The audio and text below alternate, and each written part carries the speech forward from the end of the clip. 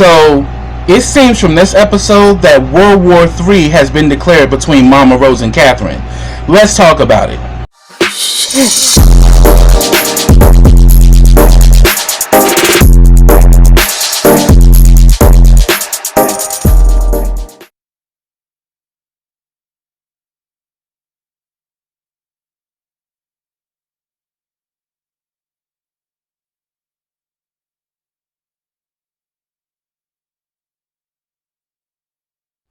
Hey, what's up everybody? Welcome back to KRSTV. This is your boy Kenny. Now remember, subscribe to my channel. Click that bell so you can get notifications every time I drop a video. Also follow all the information I have in the description box in the comment section. Also like this video, comment on this video, and share this video.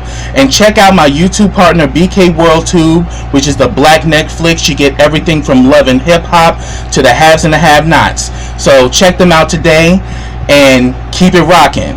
Now this is the Haves and the Have-Nots season 8 episode 13, and the name of this episode is Fine Together. This was a pretty good episode, and we can see that there are going to be some serious explosions coming down the pike when it comes down to this show. So let me begin. The episode picks up where it left off. Vinnie has just shot, Officer Norris. And it's a serious crazy scene. We see that Officer Miller comes in, who's working with, the Malones. And, Vinny's pretty much saying that he shot himself, which we know is a damn lie. And they covered, because you saw old boy cover the video camera. But they said roll those cameras or whatever, and Miller's going to do that. So Miller's going to shape something, which I think. And then all the officers come in to attend to Officer Norris, and they said he still has a pulse, even though Vinnie shot him in the head. So it could be a slight possibility that Officer Norris can actually survive this, but possibly he may be brain dead, or may not. But you know how Tyler is. Tyler's going to really play this out. But we see the officers trying to tend to Officer Norris. Vinny's getting mad like, yo, my mother's in there. Get my mother out of there. And they said, can we attend to him, please? And he's like, fine, I'll give you a few minutes. And then what tripped me was Sandy. Sandy, who's out here, Tim Norman women, black women that is, stalking and threatening them and all this crap. He turned into a straight little boy in that scene. He's like, Uncle Vinny, I don't feel too good. I need a minute. And he told me just take the boy outside. So I'm like, oh, so you was doing this tough, mafioso exterior, but really deep down inside, you a wimp ass dude. I was like, really? You ain't never seen nobody get capped before, bruh? But you walk around with this exterior that you that dude, and we realize you not that dude. Sandy's a joke. So that went down. Meantime, while in jail, we get the actual versus between Mama Rose and Catherine. Mama Rose shares that she knew Catherine's father and that he used to do work with her mom. And she says it wasn't like that, but they did a lot of business together. And they go back and forth. Catherine is not letting up. Catherine's like, yeah, I am my father's daughter.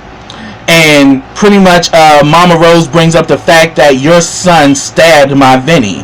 And Catherine's like, we already paid for that.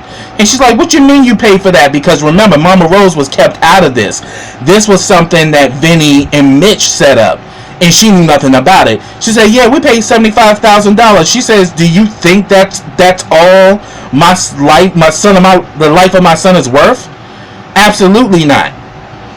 But I loved it when Mama Rose was going in on Catherine about Wyatt, because she was telling some truth. She's like, how the hell, with all your money and all of your connections, how the hell did you raise a pathetic son like that? And she's like, he has issues. She's like, we all have issues, but what did you go wrong with him? Like, what the hell happened that he turned out the way he did? He's so disrespectful. And Catherine admits, yeah, I know. I'm like, yeah, he's very disrespectful. He's just like Jim. He got it from somewhere.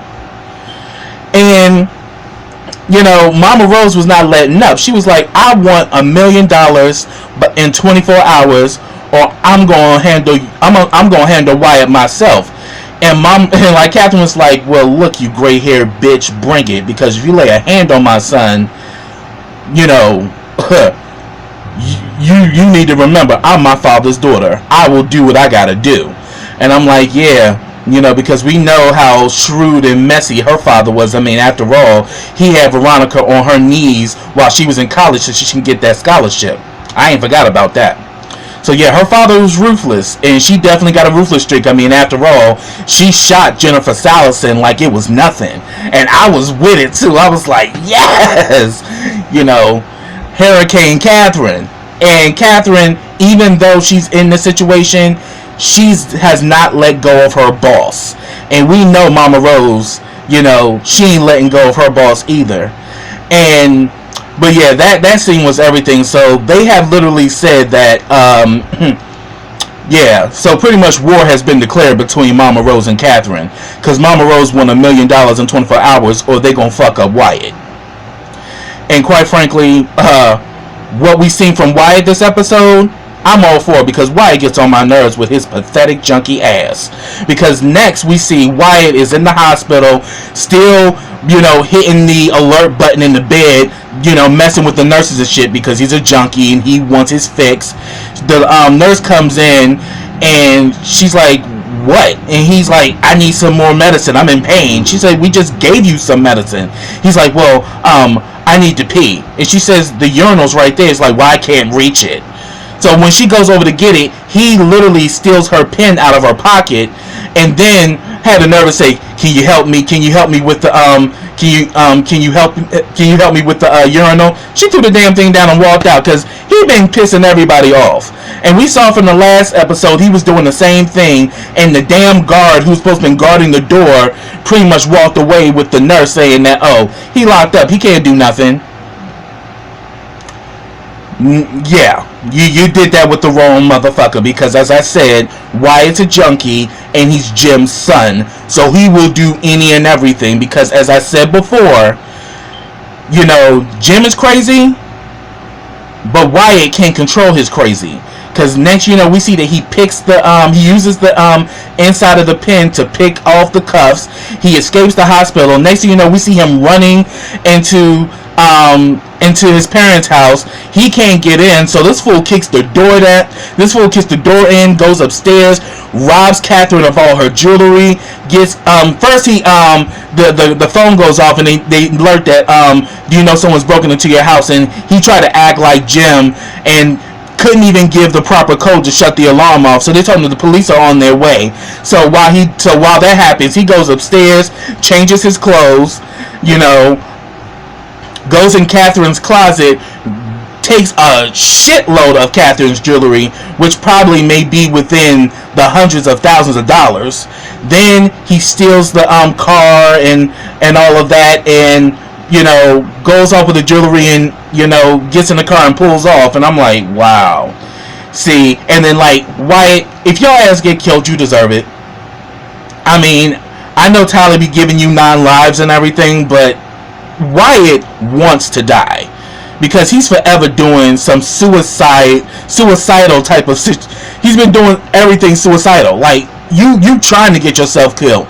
Because we see from next week, he goes right back to the Iron Bone. So you right back into the enemy's territory. And if they mess you up, you deserve it, bruh. Because I'm sick of Wyatt. Wyatt's getting on my nerves. Then we see Madison arrives to his apartment, and guess who's waiting outside? That damn Justin. I'm like, Justin in this damn stalking is just completely insane. Like, Justin is not going to let this go. He wants Jeffrey, and he literally has tabs on both of them. Because how did he even know where Madison lived? He outside of Madison's apartment saying, I want to talk to you. Can I come in? He's like, hell no, you're not coming in. And you need to talk to somebody. He's like, I want to talk to you. He's like, I'm not a therapist. And he's like, yeah, I know I should talk to a therapist. He's like, okay then, so go talk to one. He's like, but I would rather talk to you. And I'm like, Justin is just completely damaged. Like, there's really no recovery. And I see where Tyler's trying to get us to feel sorry for Justin, but I can't feel sorry for Justin. Justin has done too much damage and has caused so much hurt that there's no coming back from that. But then again, I can sympathize that it came from somewhere, and we saw that last week when he had that interaction with his brother Tanner. And he's literally trying to get into Madison's house, and he's like, look, I know that what I did to you was unforgivable, but please, I need somebody. You're the only one that understands me. I'm like, didn't you say the same shit to Jeffrey? So I'm like, you playing some games. You on some bullshit.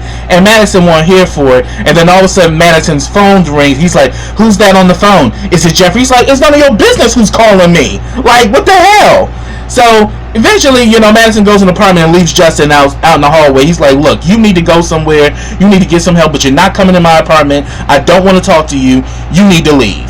So Madison goes into the apartment, gets back on the phone and calls Jeffrey back, because it was Jeffrey that called him.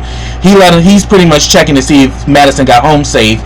Madison lets him know that Justin is outside, and he's like, you didn't let him in, did you? He's like, hell no. He's like, nah, he up to something. I'm coming over. So we see that Jeffrey's on his way out, and he runs into his father.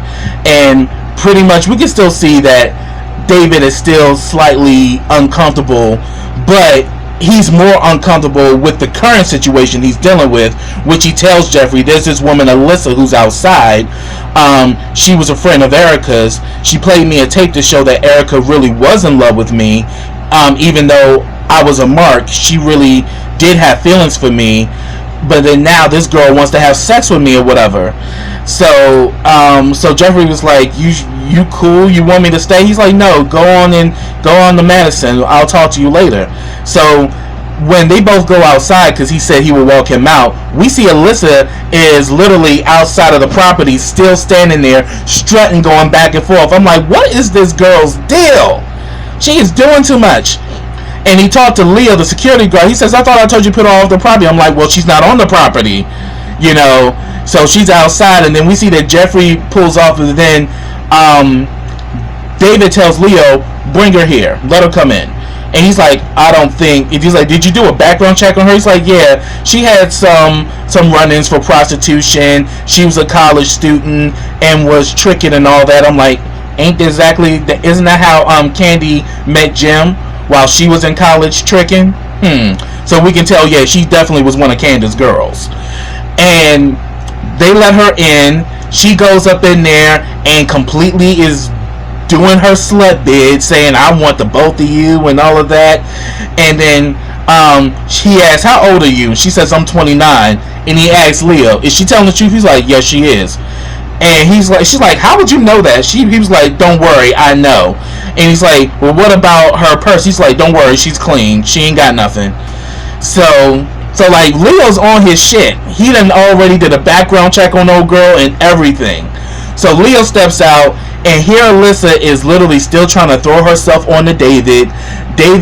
She pretty much says that, look, Erica told me so much about you, and I told her everything she knows, and I want to take her place, and all of this. And I'm like, Alyssa, you are doing entirely too much when you just met this man. This man don't know you from Eve, and you already trying to throw out the cooch, and and stripping and taking off your dress and all that. And then all of a sudden, David was like, you know what, we need to go for a ride. Yeah, we need to go for a ride. Come on, let's go. So then we see that Candace and Mitch are outside Hannah's apartment waiting for Hannah to show up. Vinnie pretty much says that he's going to go find out about this Derek dude. And as much as Candace is trying to tell Vinnie, leave it alone, Vinnie is hard-headed as shit, and he's full of himself, so he's going to go check it out anyway. This leads him to Veronica's house, and I'm going to talk about that scene. Veronica and Vinnie go back and forth. He's asking for Derek's address and everything. She's like, what you going to give me? I mean, let's be real, Vinnie, you stupid, but you got a big stick. I'm like, you said it best. Vinnie ain't too smart in the head, but Vinnie got a wayward penis, and he don't mind using it. And the next thing you know, she's pretty much saying like, you know you missed this. And he's like, nah, you know you missed this. Won't you just tell me where Derek is? She's like, but what you gonna give me? You know she missed you. Come and get it. You know you can't resist me. And the next thing you know, Vinnie and Veronica start kissing. And next thing you know, we see Alyssa and David come in there. David immediately breaks it up. They go back and forth. She's like, what the hell you doing in my house? Get the hell out. He's like, who's this? And Veronica was like, I don't know, but whatever it is, it looks like it needs a facial, a bath, and some antibiotics.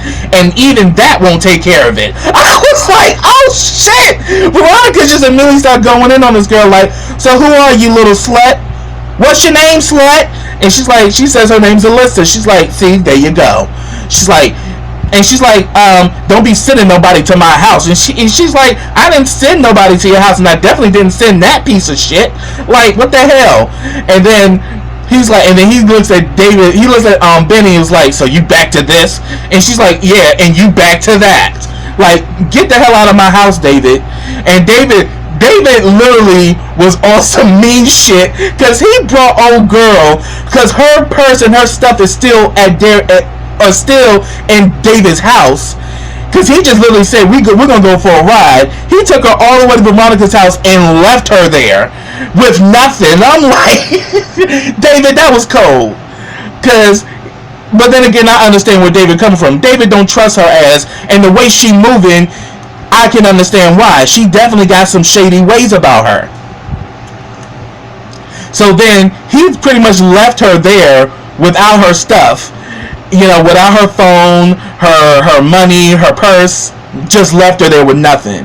And she's like, ain't I coming back with you? He's like, nope. I was like, damn, David, really? That was cold. And Veronica was like, why are you still here, little bitch? Like, get the hell out of here. He's like, and she says that he just left me here and I don't have anything. Can I get like a 20 to catch a cab? She's like, girl, please. That's what men do. Men are known to just up and leave you, and they treat you like anything. He punched me. He slapped me. Well, no, he punched your ass. He knocked me down on this floor and damn near drowned me in my pool. I'm like, yeah, because of all your bullshit. David just didn't do this shit just because. Like, so Veronica, stop playing the victim, because you ain't no victim, bitch.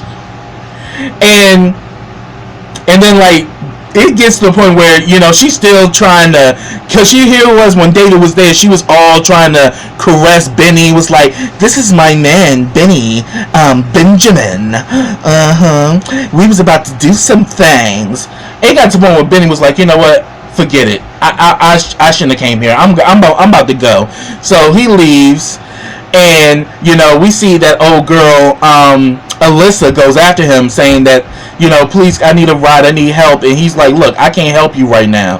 But then she said that, look, I can help you to find what you're looking for. And he was like, you better not be bullshitting me. She's like, yeah, I know this, I know Raj know everybody. And we see that she takes him to this place called the Blue Castle. I think this the Blue Castle bar or whatever. And we meet Raj. Raj is this pretty girl or whatever. And Raj pretty much gives them some information that the last time she checked, Derek lived on Cornell, but we don't know, but she doesn't know which building he lives in. So that was that. And then we see Alyssa is now throwing herself onto Benny and was like, call me if you need anything. And she's like, I mean anything. And he was like, you know what, you're a pretty girl, but you don't have to be this damn thirsty. And left her ass there. And I was like, I'm like, Alyssa, you screwing yourself up because you doing too much. I'm like, she is beautiful. I mean, I said it last week, baby got body yada yada when she was up there serving it up in that fountain. I was getting my life. I was like, what, girl? Yes. Sexy and everything. I was with it. But I'm like, girl, you doing entirely too much, which makes you suspect. It makes you suspect as hell because you're trying to inject yourself. I mean, even while she was at Veronica, she was like, oh yeah, I know about you. And Veronica was like, yeah, everybody knows about me, and if you knew well, you would know that you better get the hell out of my house before I body your ass. Like, because Erica talked about Veronica's, because how many run-ins that Erica and Veronica got into, so yeah. But that whole situation was crazy, because, again, she got dumped, because she's doing too much. So back at Hannah's crib, Candace and Mitch are talking. She pretty much tells him that, look, you need help. You need to help Benny, because Benny, you know how Benny is. And she tells him the truth, and she tells him about Derek, that Derek was dating her mother, and she found out that he was the guy that raped her, and that he's possibly her dad. And I'm like, and I can definitely see the family resemblance, because due to the fact that he's planning a robbery to rob Veronica, we see where Candace gets that shit from. It's like Candace, got traced from Derek, just like Benny got traced from Tony. So this goes to show you mothers, be careful who you have a baby with, because that damn Hannah done chose two messed up individuals. Well, for one, Candace was, I'm not going to blame her for that, because, Hannah was raped. But with Benny's situation, she chose Tony, and Tony won't shit, because Tony was a married man. And Tony was shading. He proved that when he was trying to take Benny off of life support for his kidneys. So it goes to show you, this whole thing she has with Candace is because she got traced from Derek, which is crazy. So she lets Mitch know about it, and she's saying that, look, I need you to help me to throw Benny off, because if Benny goes to Derek, it's gonna be some shit. Then we see finally Hannah pulls up, and Candace lets Mitch go, and she says she's gonna deal with her mom. So Hannah and Candace go back and forth, and Candace like, you ain't got shit to say to me, Candace. What the hell are you doing here? She's like, look, I need to get my thing. She's like, I'm not giving you nothing. Anything of valuable you got up in there will go to the homeowner, meaning Catherine. She's like, I just want to get my passport. You can have everything else. She's like, passport? Like, you really think you're gonna get away with this $8 million? You think that this man ain't gonna be able to find you? She's like, you know what? That man gonna find you. He gonna kill you. Ain't gonna kill your brother. And she's still pleading, like, and then she's saying that, so what you gonna do next? You gonna send another dude to rough me up again? Who was that dude anyway? I'm like, you don't need to worry about that, because that dude is dead, and she fucked him up because he put his hands on you, because that was not what he was supposed to do. He was just there to scare you, but then he got greedy and wanted money. Remember when that went down? But she got rid of him, though. He got taken care of. And then, she was saying that, look, what I did was for your own good. Having the dudes take her out of the iron bone, which I saluted Candace for, because that was a smart move. Because Hannah's hard-headed, and she full of herself and didn't want to listen to nobody, so she did what she had to do. So while they're going back and forth, Hannah gets a call that there's been a break-in at the Cryer residence. She mentions to them that you should reach out to Jim Cryer. He's at the hospital, but I'll be there as soon as I can. She literally walks off and leaves Candace there. And she's like, you're not going to let me in the house? She's like, you know what? Go ahead. All right. Because she even told Hannah, I could get up in there, right? And then at one point she was like, oh, so what you gonna do now, huh? And she's like, look, I was letting you know, as far as the Cryers, the Malones are handling it. And she's like, oh, there you go again, ghetto princess. I'm like, gangsta princess. I'm like, you know what, Hannah? You need to stop. Because as much as you judge your daughter, you got your skeletons too. So we see that Hannah pulls off, leaving Candace outside because Benny has keys and Benny's gone, and Hannah won't let her in the house because Hannah's on that bullshit. So we saw that happen. Then we see Jim gets a visit from Officer Payne in the hospital, letting him know that there was a break-in. He immediately says it's RK, this young black guy who manscapes too much. I was like, damn. He says, yeah, RK has some dealings with Catherine. He works at our hotel or whatever. But they let him know, oh no, the assailant is white. And Jim got apps, security apps on his phone. So he's like, let me just pull this up. He sees that it's actually Wyatt, and he shows the officer, and he's like, I'm not going to press charges or anything. But he's like, wasn't my son in custody? He was like, yeah. He's like, then how in the hell is he able to do this? And he was like, we don't know. I'm like, because the damn officer left and wasn't doing his job, and it gave him a chance to pick the lock and get out of there. So that's what happened there.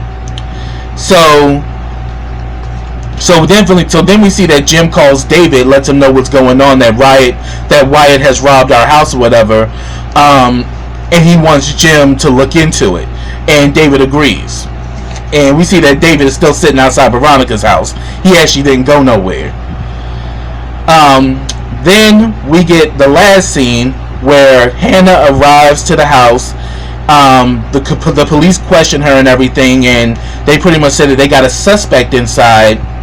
You know, can you be able to identify? And she says, can you identify some of the things that are missing? She was like, yes, I work for the Criers. I know the house, you know, from top to bottom. You know, I'll be more than happy to assist you. So they bring Hannah in, like, we got a suspect we want you to see. And she said, and they all bring her in. It's like, do you know this man? And it's fucking Derek. And I'm like, this is the first time Hannah and Derek have been face to face since that whole blowout when she found out that he was the man with the lion tattoo. So now she's face to face with him.